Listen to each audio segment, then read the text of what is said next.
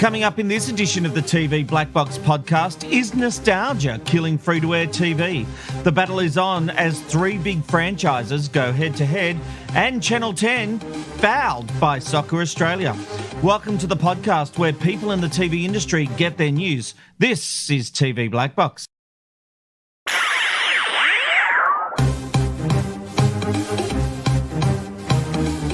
This is TV Black Box, bringing you the inside goss from the TV industry. We'll get to the panel in just a moment, but first, it was during this week in history that saw the first television broadcast by the American Broadcasting Company.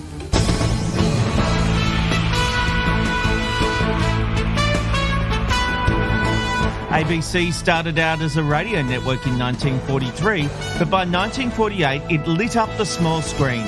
It has aired some of the biggest shows ever, including Grey's Anatomy, Happy Days, Lost, The Wonder Years and The Brady Bunch. Their nightly news is watched by over 8 million viewers. Time to say hello to everyone. Joining us tonight is Aaron Ryan, the programmer extraordinaire. He knows what's happening on the TV. Philip Kosh, the magazine writer to the stars. Sarah Monahan, former child actress and now a adult actress.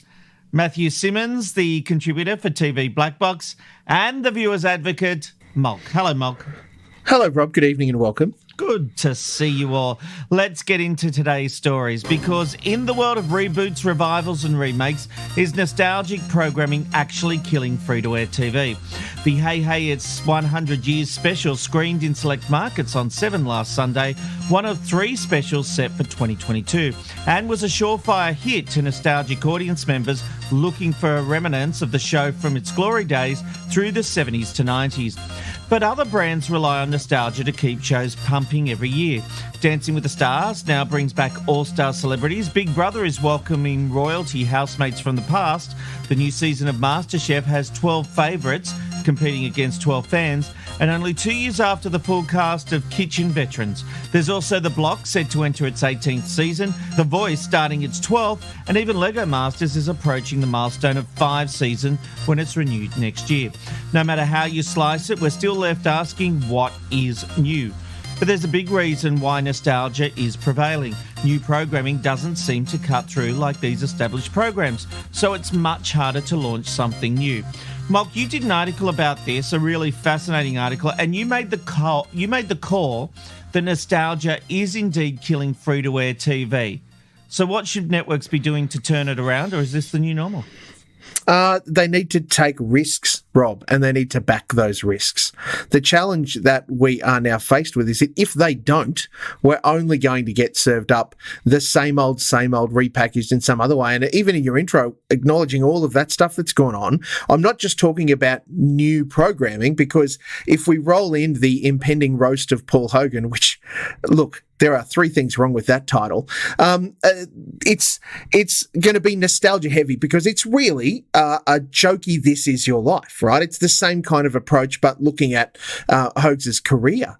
It's new, but it's still heavy on the nostalgia. And the challenge is that we need to be encouraging and developing and providing opportunity for new programming to get a run on free-to-air television and to birth these new things. Otherwise, we'll be talking about this heaven forfend in 5 years' time when we're looking down the face of the 27th season of something. Aaron? Well, I 1000% disagree with the premise of the whole article. I think people are mixing their viewing choices between free-to-air and streaming services these days. There must be a reason to watch free-to-air, and there has to be a point of difference on streaming platforms. Now, streamers have serialized shows and do that very well, you know, Squid Games, Game of Thrones, Halo, Yellowstone, whatever. But free-to-air is appointment television for local news, top-tier sport, water-cooler reality moments like The Voice, MasterChef, Lego Masters, what we're watching now. But most importantly, television survives on the virtue of those that enjoy good old television, the way it is now and the way it's been. So these television reboots, specials, all-stars remind us, I think, all of once, you know, what was once and what could be, and hopefully a reignition of variety television. If networks move away from this and move away and lose more sport, that's what will kill free-to-air. I actually would encourage more of this. I think This Is Your Life will rate really well. I think the Paul Hogan roast will rate really well. And this is what people want to watch on free-to-air. So that is the point of difference. Phil, there's a problem I have here, and I actually think Malk's article is very much on point. The problem I have is that obviously nostalgia sells, and programmers are only thinking short term because at the moment they have to keep their jobs and keep money coming in. So the biggest problem we've got here is what is the long-term strategy, okay? So it's like back in the day, people sold their content to Netflix and because there was money to be made. There was no thought about the long term. There was no thought about the fact that Netflix would build a loyal subscriber base, then make its own programs, then wouldn't need your content. So here we have a problem of diminishing returns. If nostalgia's the only thing that free-to-air TV is serving up, then as the population that remembers those shows dies off, television will inevitably die, won't it? Look, I think there's no doubt nostalgia sells. It sells in all forms of media at the moment. You know, it's one of the biggest sellers in women's magazines at the moment. They're all after nostalgic content. I think perhaps they've got to look at nostalgia in a broader sense. I love seeing those shows that are whatever set in the 50s, 60s, 70s, 80s. You see the fashion, you see the cars, you see the architecture. You see the beliefs and the viewpoints. That's nostalgia. I don't understand why they can't capitalise on nostalgia by, commissioning a new drama series that has a big dose of nostalgia. Now, they won't do that because it costs a lot of money and it's a risk. I don't know. Is the answer, we're in an election mode, is the answer that, the arts do need more support, and if we want Australian stories, Australian content, and new Australian stuff that's not reality TV, perhaps we need more government support there. And I'm not typically somebody that would suggest that, but television employs a lot of people, and I wouldn't be the only person that sees the death of free-to-air TV in the not too distant future unless something pretty significant happens. Sarah, we are seeing new shows come through. We've reported on a couple of new formats that 9 and 7 are doing. I know that 10 is working on a variety of formats. So they are looking for new content. But it's risky. New content is risky because you're trying to cut through all the content offerings that are out there and you don't want the headlines of failure. But they still need to give things a chance. Like, when Hey Dad started, the first 3 episodes never even went to air because it takes a while for class to mesh, for things to come together, for people to work it out. And nobody today would ever let that happen. I mean, they showed pilots. I didn't know that happened. Yeah, the pilot, the first 3 episodes were all terrible, never went to air. But, today, they show a pilot. Like, they show it right from the get-go. And the thing is they just don't give things a chance. If something doesn't work immediately, they just scrap it. And it's like you need to give things time to get an audience, to get people in, to have people watch it, to have the water cooler moments where people come in. But I think nostalgia's selling, and I wonder if it's also a COVID thing because everyone is just trying to look back to, when things were better, and maybe once, we're fully out of COVID, if that ever happens, we'll go back to watching stuff. But I mean, young kids just don't watch television. So it is that whole thing of you're pandering to the older audience who are going to die. So they really need to work out how to get a younger audience and make it interesting for them and do stuff. And I think young audiences do like TV shows because you see them watching stuff on Netflix. You see them watching things on all these other things like Euphoria and Sex Education that are geared towards very young people that everybody loves. And they need to go back to actually having that type of stuff on regular television. Of course, on regular TV, they're probably not allowed to show the stuff that you see on cable networks because it has to be more PG. So I don't know what the answer is, but I think that they just need to allow things to simmer longer before they just rip them off again. Just on the point, though, of like Sarah was talking about Euphoria, though, which is a great show and I watched it, it just would not work, though, on 7, 9 or 10. It would get like 100,000 viewers. But Aaron, you seem to be advocating that TV's not doing anything wrong here, and it's not. It's getting what it needs to survive at the moment. It's in survival mode. It's not in long-term build brands mode. So what exactly do you think what's the purpose TV is serving here? Is it literally just to keep going until the fuel tank runs out and nobody's watching? Or is there some kind of innovation television can do to not only retain audiences but build audiences? Well, I think they are building brands. If we look at what all the... They're not building audiences, though. Let's look at these days we look at 500,000 and go, yeah, that's all right. Shows would get cancelled if they got under 1 million previously in days gone by. But of course, television is not going to actually build an audience anymore because in the past we only had 7, 9, 10 on the ABC, and now there's 1 million choices. So obviously, free-to-air is going to start dropping away. It's not going to increase its audience, but the networks. But the premise of the article, which you disagree with, is a reliance on nostalgia, getting short-term gains. Getting those short-term results, but ultimately it's doing more harm than good. But I'm just saying, I don't agree that they're having short-term gains. I mean, Lego Masters might go on for another 5 or 10 years. My Kitchen Rules went on for years and years and years. So, they are building brands. Channel 10's bringing out Hunted this year. That might be good. That might go on now for another 10 years if it's any good. We've got Australian Ninja Warrior, Farmer Wants a Wife. But all these shows they're not short-term things. I mean, these shows go on for 10, 15 years. And then when they stop, there's going to be another brand that comes in. So I don't think these shows, I don't think the networks But mate, look at Channel 7 slate, and I don't say this with any criticism whatsoever. Channel 7 has done what it needed to rebuild a network. So my hat is actually off to Channel 7, but pretty much everything on that network is a heritage brand. There's nothing innovative going on there at the moment. But on Channel 10, you've got NCIS Sydney coming soon. Wow. Thank you for the interjection, Sarah. But do you know what I mean, Aaron? And I promise you, I'm not having a go at Channel 7. Channel 7 has turned the ship around using heritage brands, but that's not a long-term solution. Well, it's not against or for Channel 7. All of the networks are doing it. I mean, they're using brands that are from the past, or, Channel 9's bringing Beauty and the Geek back. I mean, all of the networks are doing it, but they're getting good results. 9 got good results out of Beauty and the Geek last time. Not disputing the short-term results, but audiences are going down. But they're building long-term results. Why do you think bringing Beauty and the Geek is a short-term result?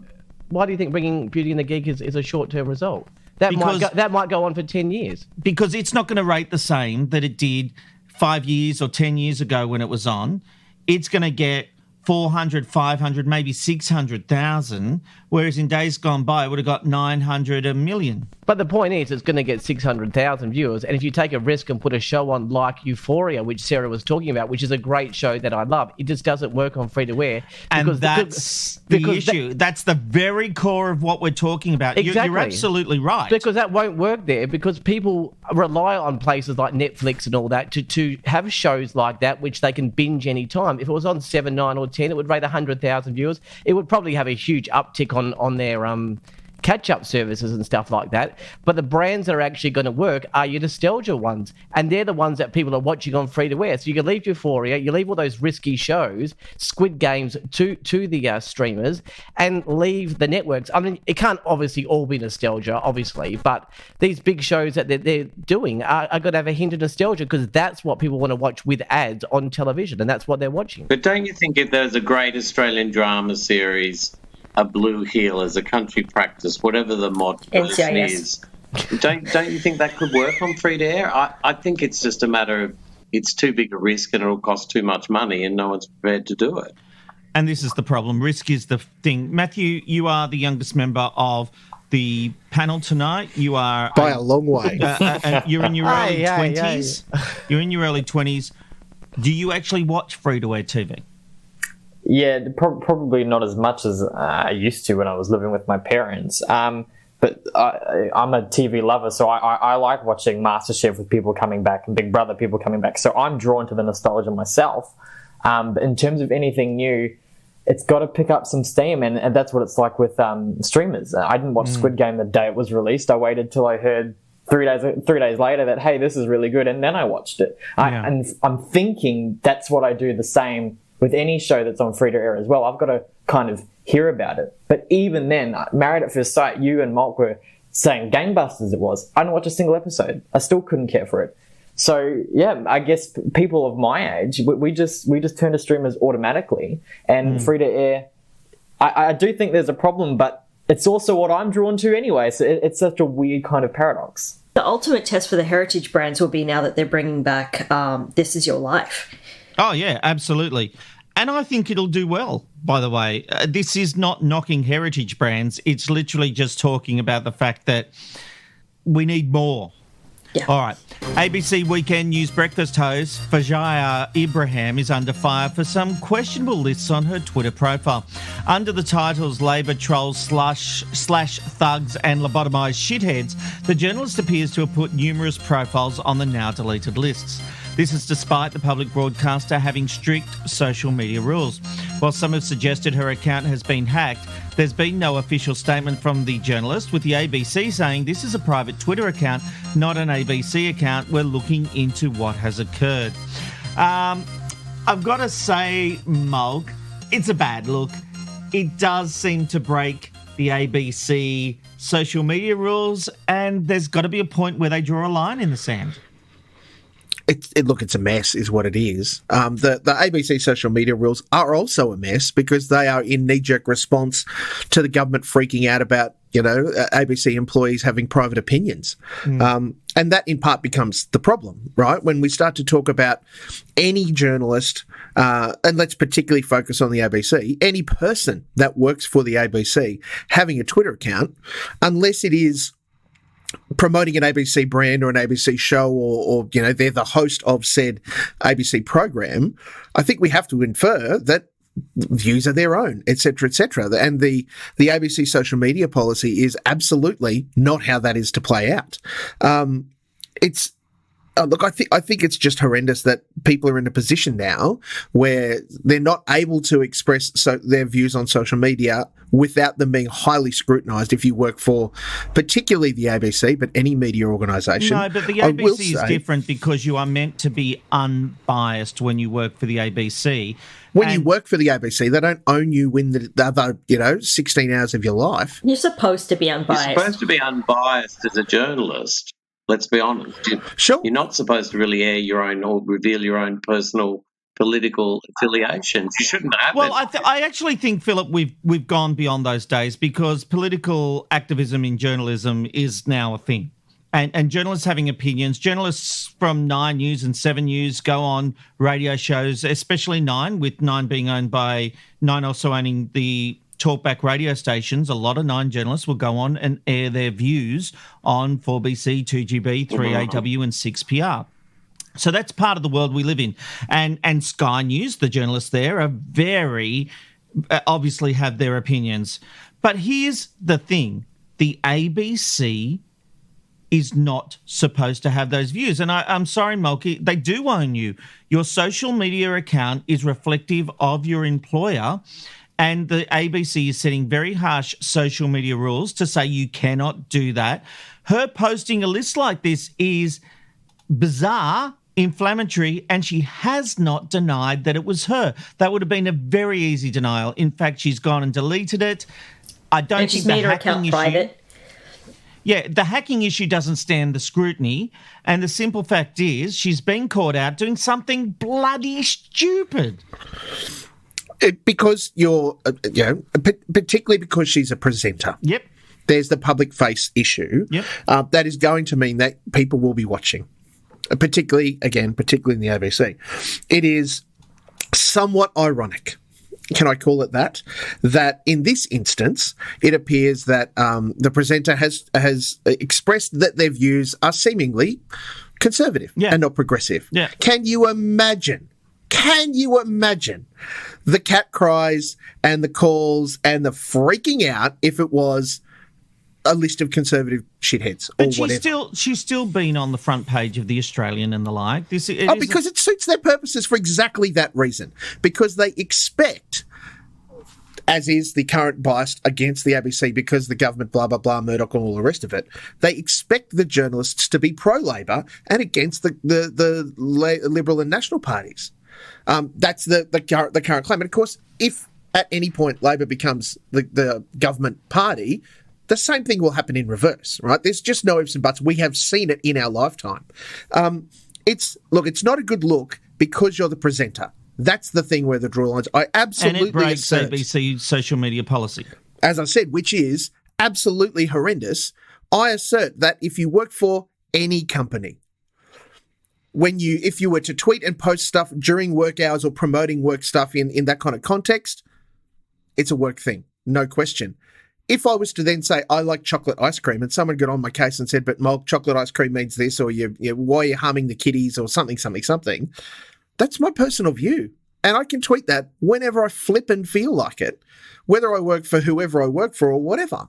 That kind of stuff is a situation where just because I have a social media account, unless the ABC in this instance are going to pay to run it, they don't own it. And But they don't own That's just not the any reality of the of the employees. situation, Mark. But here's the catch, simple right? fact is, Every But the Karen who challenge ends up on is- TikTok gets fired from their from their private employer. Like today, it doesn't matter who you are or what you say, whether you're a public or private citizen.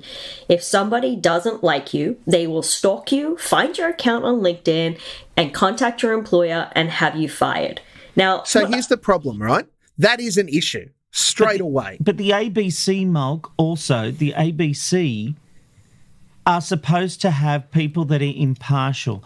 And when you're expressing views on any side of the political spectrum, you've broken In your their private life. editorial standards. Absolutely. No, it does not. The editorial policies do not extend to your private life. They extend to your professional work. The stuff you write, the stuff you publish, and the stuff that you put on screen for the ABC. then in her as a bio, part she of your should not job. have had anything about her work. She shouldn't have had who she It worked wouldn't for. have mattered, Sarah. People would have hunted her out and said, look, absolutely no question, she probably should have had a private Twitter account. If she wants to express views that are contrary to whatever, blah, blah, blah, because But you we have can't become... when you work for the ABC. When you are employed full-time by the ABC, contractors are different. People like Julia Zamiro are different because they are contractors from time to time. But when you are employed by the news division of the ABC, you can't express those can't what? views even on your own time. That is the way it is. Because we have gotten to this oppressive situation that Sarah just outlined, where somebody jumps on you and tracks you down and attempts to, hold you to account for all of the Cancel reasons. you. We have gotten the cart way before the horse, and trying to dial this back has become far too difficult. The fact of the matter is, we are no longer under slave conditions. Anybody that works for an organisation works for them for 8, maybe 10 hours a day, whatever your agreement and contract says. After that, it is your own time. Now, if you want to stand up and do something offensive in your own time, you risk all of the issues that come with the implication of that act. If you are a person that is a landscaper, you might lose some jobs. If you are a person that writes for a publication or has your face on the television or in some kind of situation like that, you risk losing your job. That hasn't been social media. That's been since the dawn of time. It's time that we took the opportunity for people to take ownership of their own stuff and for organisations to stop reaching further, particularly media organisations, particularly because they're being pressured politically to make sure that, presenter said horrible thing about me and I'm the Minister of Whatsadoodles. Mate, harden up. You get worse stuff thrown at you across the chamber than you did in that tweet. But you were fine. You were fine with Paleo Pete getting outed from the network when he said things you didn't agree with. He doesn't work for the ABC, so we're starting to conflate a few kind of slightly we're different getting things. way bigger. But at the end of the day, this lady, to me, my reading of it, has broken ABC editorial standards and their social media policy. She hasn't broken their editorial standards. She's absolutely probably breached their editorial policy, so their social media policy. However, that's for ABC HR. and her management and possibly her lawyers to work out. The biggest thing I got out of this was I totally forgot that Twitter lists existed. And I had to Google how you find them and make sure that I didn't have any that were weird. So hopefully everyone took a moment. You can lock them down independently, right? You can lock them down independently of your account. Well, no, and then I was like, oh, am I on anybody else's list? And went through, and it was a fascinating half-hour journey for me. So hopefully everybody else learnt something today.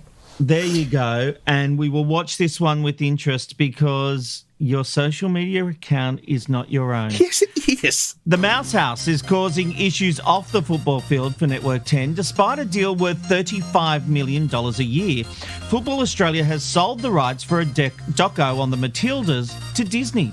And according to the Daily Telegraph, 10's cameras were banned from the team's hotel and dressing room prior to a match in Townsville. However, Disney had free reign. Well, Matthew, this is a red card against Football Australia. If I was Channel 10, I'd be looking for the nearest get out of contract clause.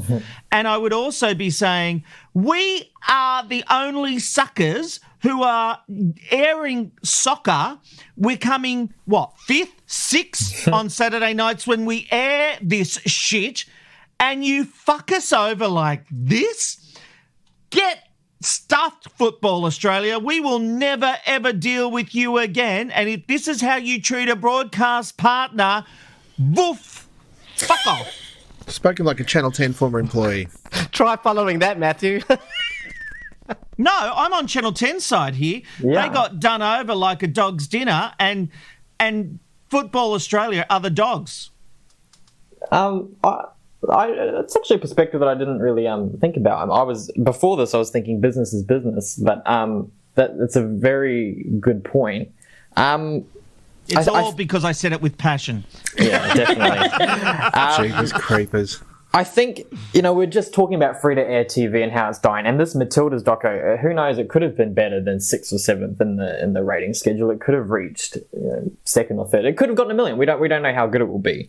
But we're talking about free-to-air and it dying. You would think that even if Football Australia wants to make a better business move by sticking with Disney entirely, that they would stick up for the broadcast partner and help our free to air, because you're right, we are till 10 is the only one that's broadcasting the sport anyway.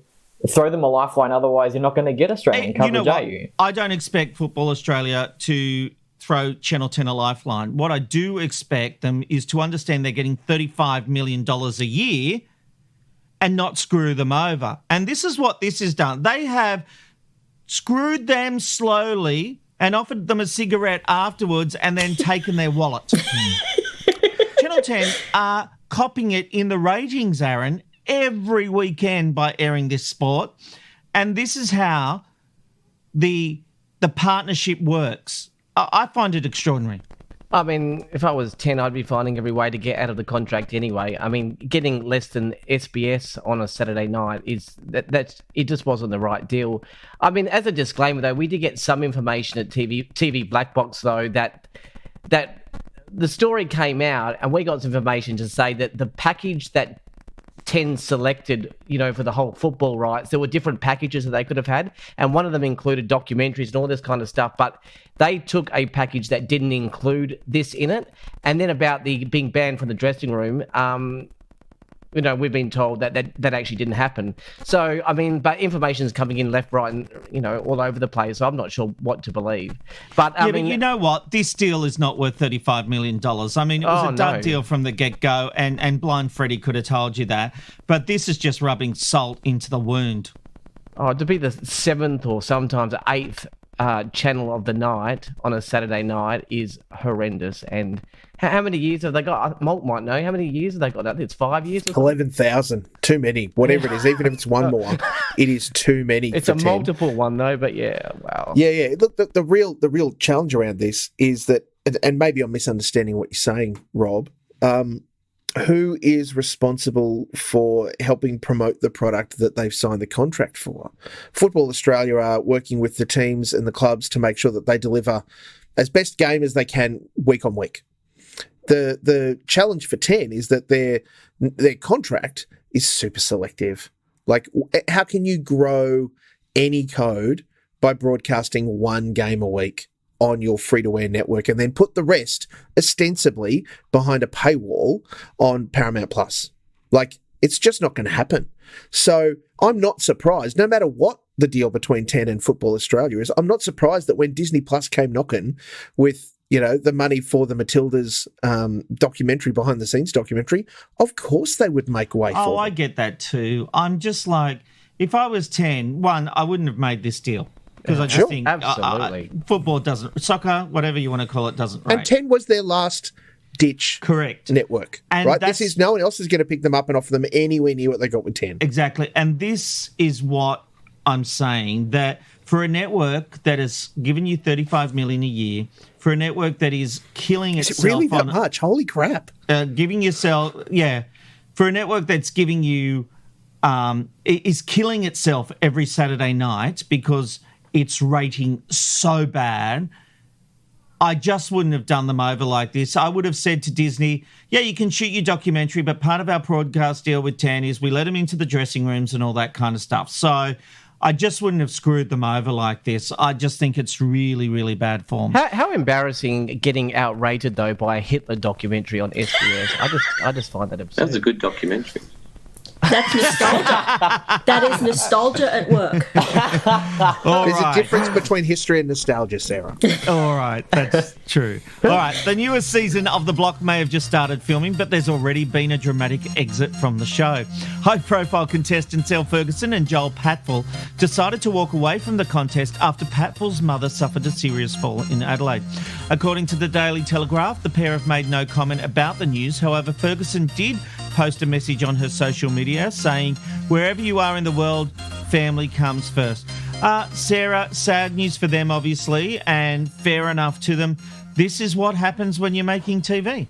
Yeah, and good for them for actually choosing family over fame. Yeah. So, power to them. I hope the mum recovers and, everything's well and that the couple get another opportunity to do something like this in the future. But I think they did the right thing because, you can always make TV, maybe, but, you've only got one mum. But Phil, it is hard to walk away when you're about to appear on a primetime TV show. And you're an influencer, yes. Look, I agree with Sarah. All credit for I hear that derision, Phil. I hear that all derision. credit for them for putting their family first. I suppose I was thinking there might be something else behind it, but I'm just a cynic. Good for them for putting their family first. I'll just leave it at that. You have And seen... I think that in part we've all fallen into the clickbait headline. Influencing person leaves the block. And then you read the detail and it's actually for a really valuable and vital and important reason. We did the same thing. We offered it up on TV Block Box and, I have to, what the? Huh?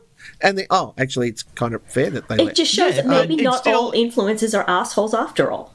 Yeah, but it's we also can't confirm or deny that. a fair enough story because it affects the production of The Block and, I'm not saying it's not a fair story, Rob. I'm just saying that we, like every other media organisation that dropped it, went with the clickbait headline instead of inferring actually what's going on. What Isn't is this big wrong blow with up? the clickbait headline? I've never understood this because everyone wants traffic to their website. Sure. You could argue that promos for TV shows are watch bait. They're there to get people to go to visit an article, to watch a show. This idea that you didn't give me the whole story in the headline, I had to read the article. Yeah, damn straight you had to read the article. And we would love people to read the articles on tvblackbox.com.au every day, multiple times, all of the times. The catch is, Rob, that we love a good promo. And we absolutely get our hackles up when that promo misdirects us.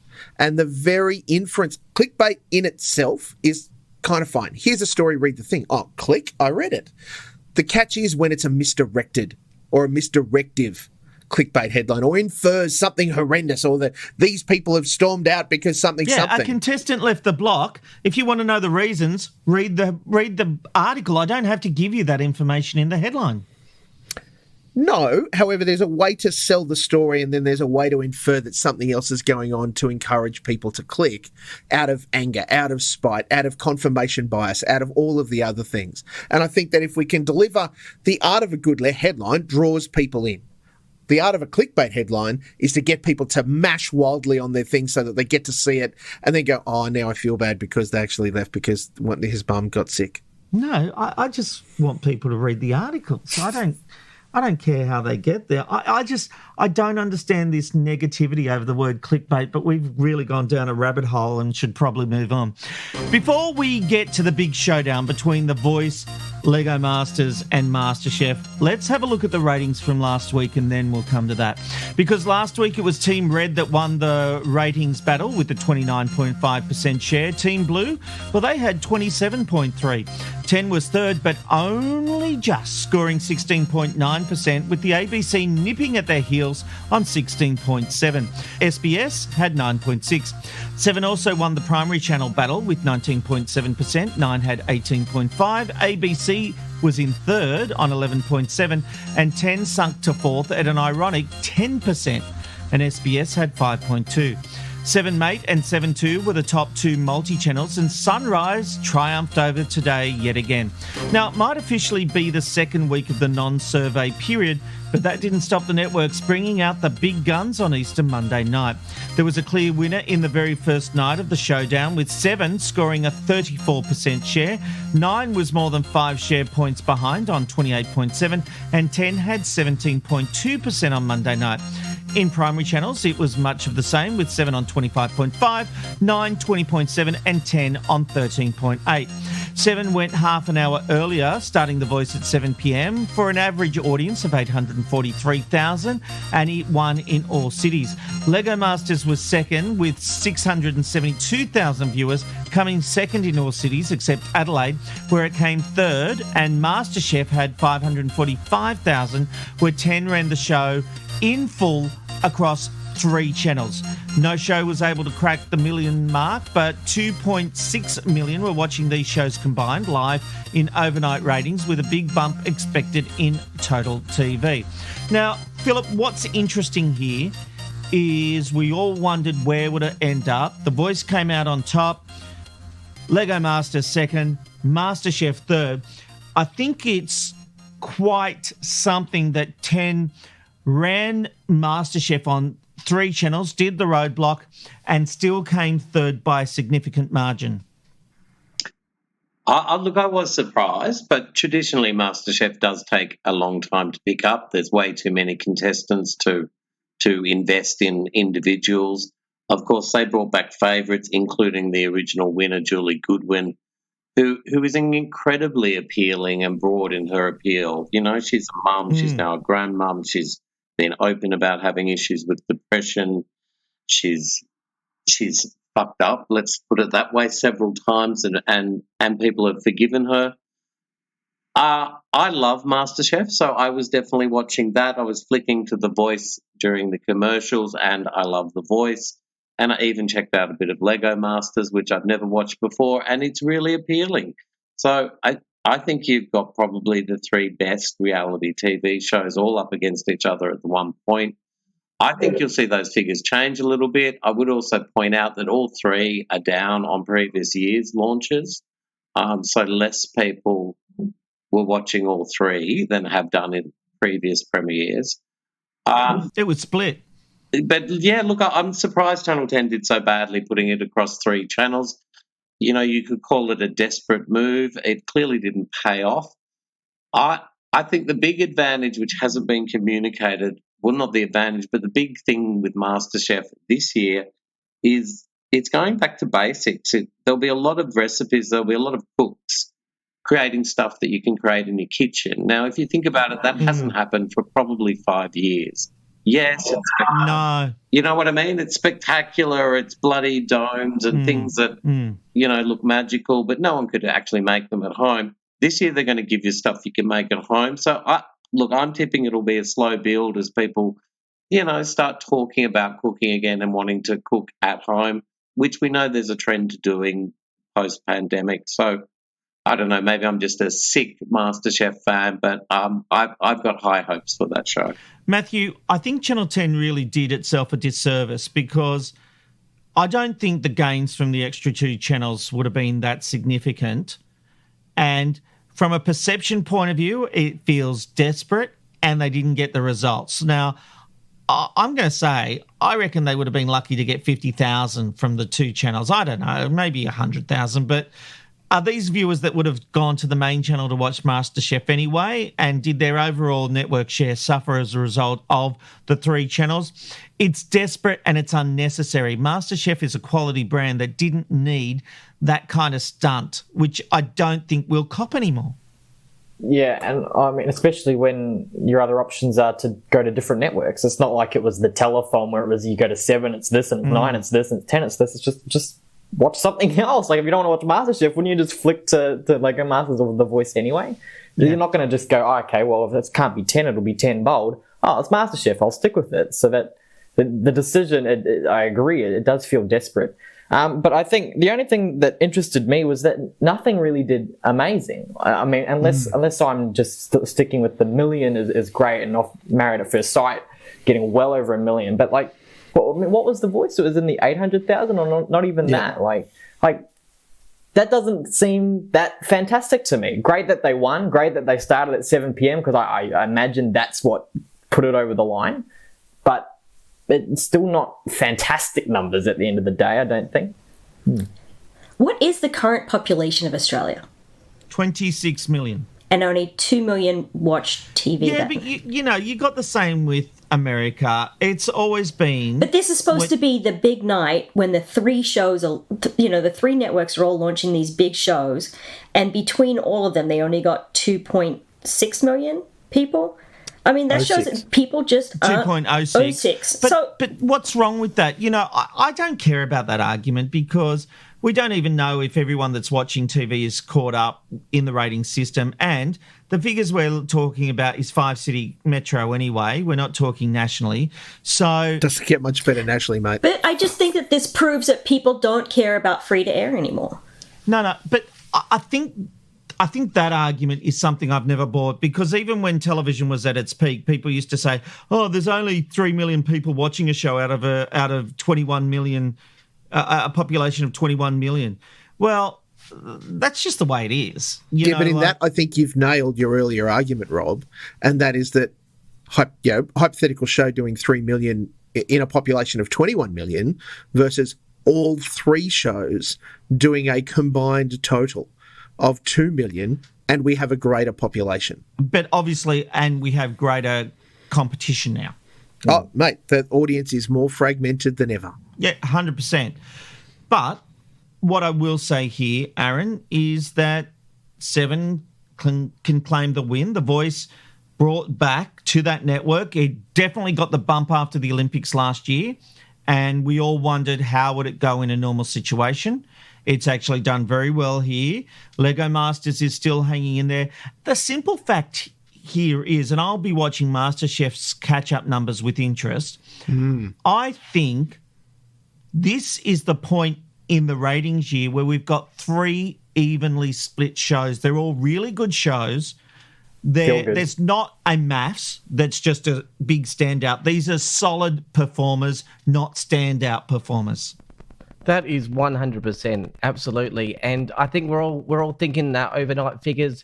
Don't forget, I expect huge lists probably for all of them next week in total TV. So they're probably all going to be over 1 million, maybe up to 1.5 million. It could be anything in a total TV because people are watching TV differently these days. A quick thing too, Aaron. Last week we talked about top 5 shows on ABC. I'll give you a chance to reflect on whether you got it right or wrong. Oh, I didn't know we were going to do that. This wasn't on the rundown. No, we were just mentioning last week we were talking about Dancing with the Stars in America, and it's going to Disney Plus. And then I mentioned that Dancing with the Stars was in the top 5 shows on ABC, which was quite significant. And you were talking about Married at First Sight and making that comparison because it's a big show for the network. Molk said, well, I doubt that would be the case because otherwise it wouldn't be going to Disney Plus. And yeah, so in fact, it is the 5th most watched program on ABC in America. So very interesting that that a show still that big, even though it's dropped off obviously majorly over the years, still the 5th most watched program on ABC, and it's still going to Disney Plus. Gotta say, Mark, I am surprised it's one of their top 5 shows. Yeah, and look, it was interesting to see the gaps between the programs in those top 5s, to see how big the difference was between 1 and 2, and then even 1 to 5 for sure. I don't want to rehash last week's argument. It's an interesting move. There is no question. Their rationale for it, who can guess? I just look at the season 31-32 thing and go, yeah, there's your reason. Well, and it's the use of nostalgia to get people across to this new platform. So it's an interesting play, and I agree we don't want to rehash, but it's an interesting play going against what we just talked about earlier, the use of nostalgia to run TV into the ground, as opposed to using nostalgia to get people to a streaming service. Now, we've seen streamers use that a lot while innovating and doing new kinds of programming, but this is an interesting use of nostalgia.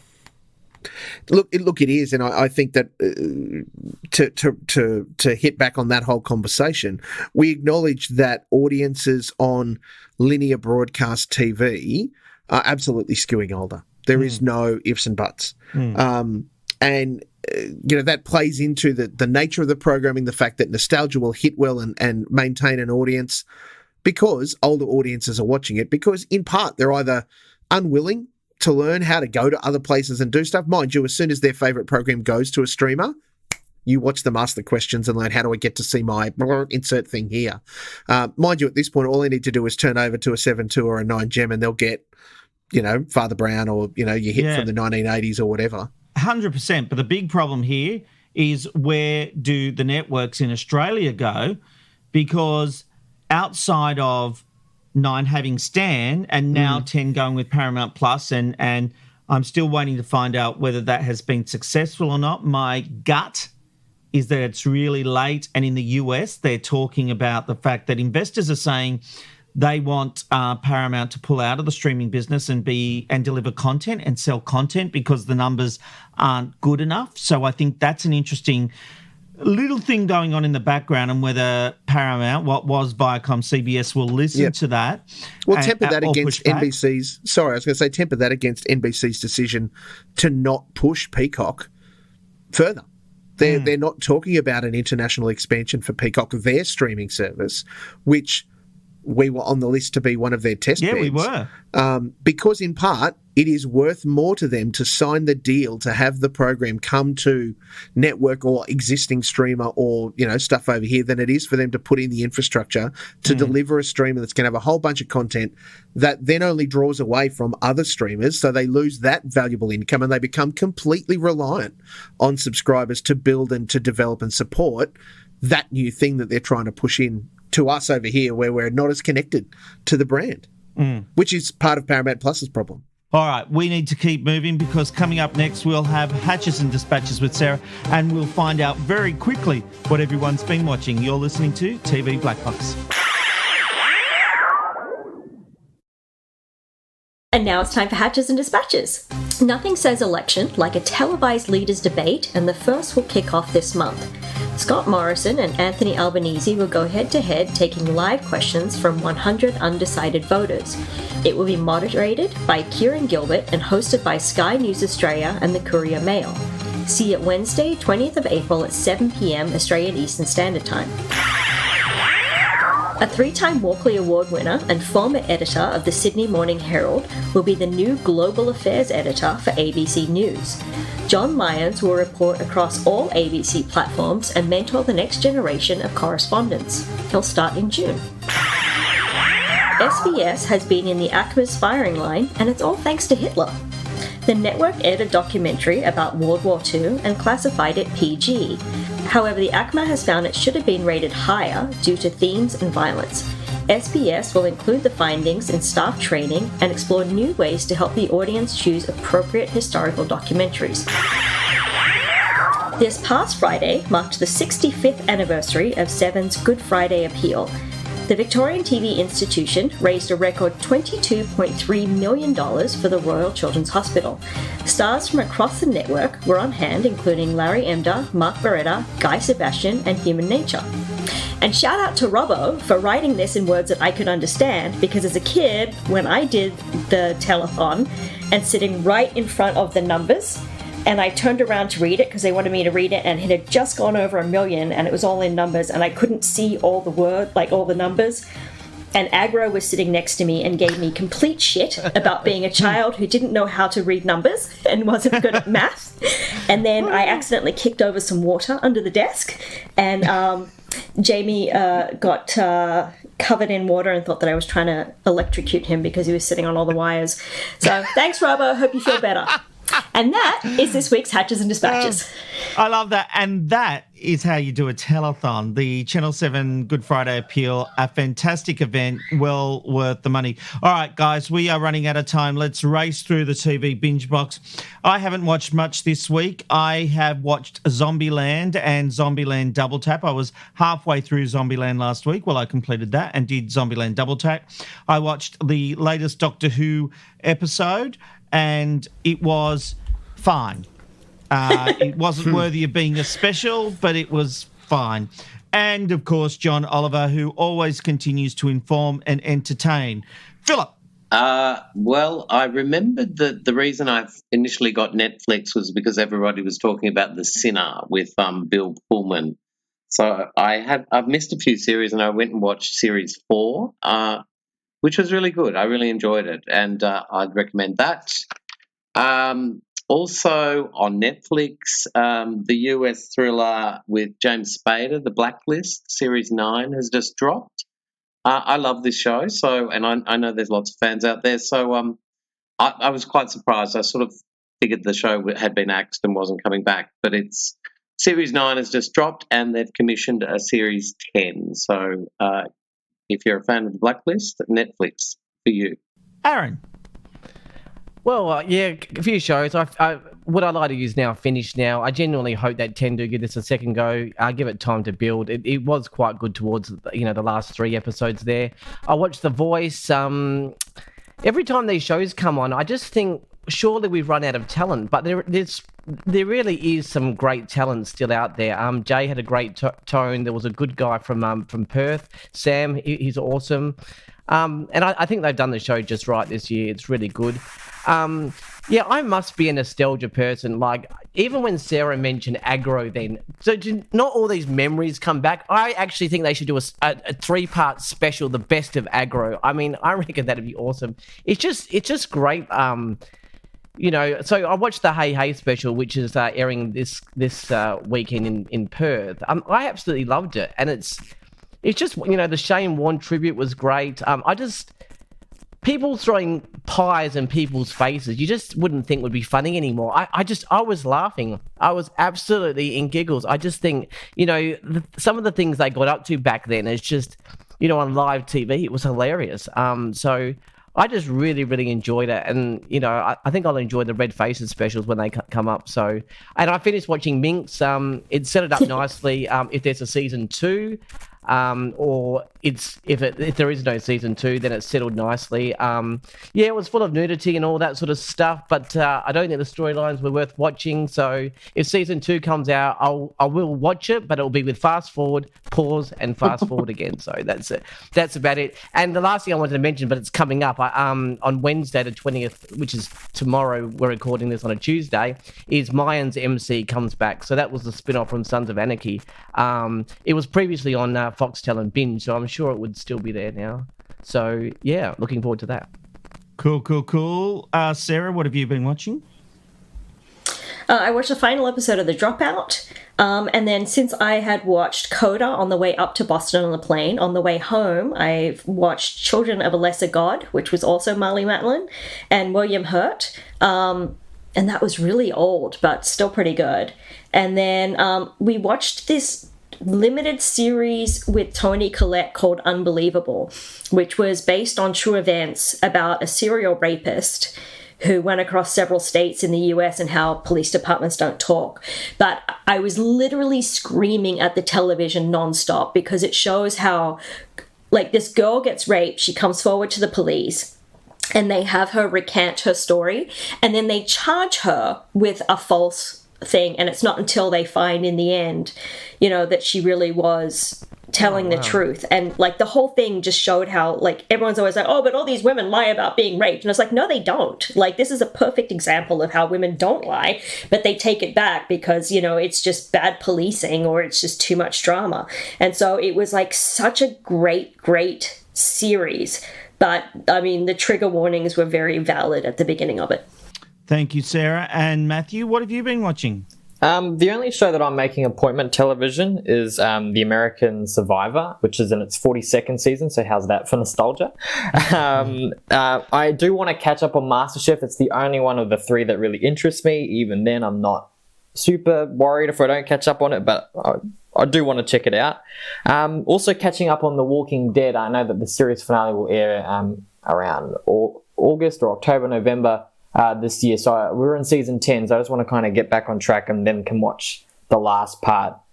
I'm on season 10, but yeah, to get up to season 11. 3-part season finale. It's three groups of 8 eps.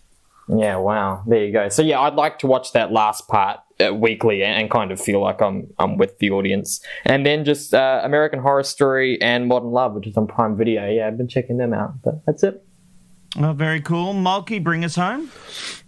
Halo is still an absolute punish, and the most recent episode, I just got angry. So congratulations, Paramount, and your latest little. We're going to put up a hologram of the Master Chief in places around the. Look, spend the money on the fucking script, you dickheads. Just outrageous. The Circus and John Oliver last week tonight continue to be front and center for me. I did spend some of the long weekend. I finally finished Billions. Oh my God, thank you. Brilliant. That is going to be so great for season 7. That's on Stan. And We Own This City is a series coming this week to Fox Showcase. Another kind of recent history expose of the Baltimore Police Department, and particularly, I think it was the Gun Task Force or whatever they called themselves, a bunch of cops that just used the power that they had to take advantage of situations and, you know, finger criminals and pressure them and steal money and steal drugs and do horrendous things in the name of the law. What show is that? I'll watch That's that. like Chicago PD. It's pretty full on, and it's an incredible series. It kicks off this week on Fox Showcase, and I'll let the children talk amongst themselves. I did spend some effort on Monday night's programming. I thought I would do it justice and watch all 3 of the big premieres to get to see how they compared, to see what it looked like. And look, unashamedly a Lego Masters fan. The whole family sat down and we watched that, and that can be attested to by the growing Lego collections in our house that we love Lego Masters. So that was fun, and look, I can't wait to see them get out and about. As I said last week when I spoke to Brickman, I watched MasterChef, and it felt like a warm hug. I used to watch every episode of that show, recap it. I was across every little nuanced moment of it, and I've fallen away in past years. And while I appreciate that Melissa, Jock, and Andy are doing their best as hosts, they're just not Gary, Matt, and George. That's the challenge they face. They're doing great, but they're not those guys. And phenomenal idea to bring back some, you know, favourites like Julie, like Sashi, like Alvin, and to see those guys competing with. Sorry. You have to. It's the only way to get numbers these days. Well, for Channel 10, it's the only thing they can do at this point, because Fans First Favourites has infected everything that they do. But for MasterChef, it's a really smart idea, but because it does hit those nostalgia buttons, along with drawing in new audiences, because they've got people who are TikTok chefs or TikTok cooks that have got huge audiences that they want to draw in and get connected to the show. Unfortunately, it's not directly facing in linear broadcast numbers, but let's see what the Total TV catch-up stuff is. And just by the way, Lego Masters had the highest BVOD last night when it ran, so it'll be interesting to see how it and The Voice measure up once we add in those catch-up and BVOD figures. Very, very interesting. Very, very interesting. And particularly once we right the ship and everything is starting at 7:30 from tonight, you know, podcast recording time.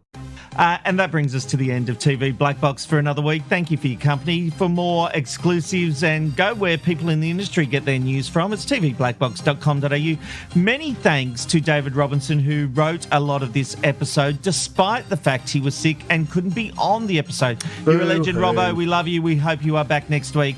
Matthew Simmons, thank you for stepping in today to fill Robbo's shoes. Great job as always. Thank you, everyone. Thank you, Mark. Thank you, Aaron. Thank you, Philip. Thank you, Sarah. Go grab a copy of New Idea so you can see my face and not just hear my voice. Absolutely. It's a great article, as sheds a lot of light on this mysterious woman who you've never gotten to know. Sarah Monahan is the lady. We'll see you next week.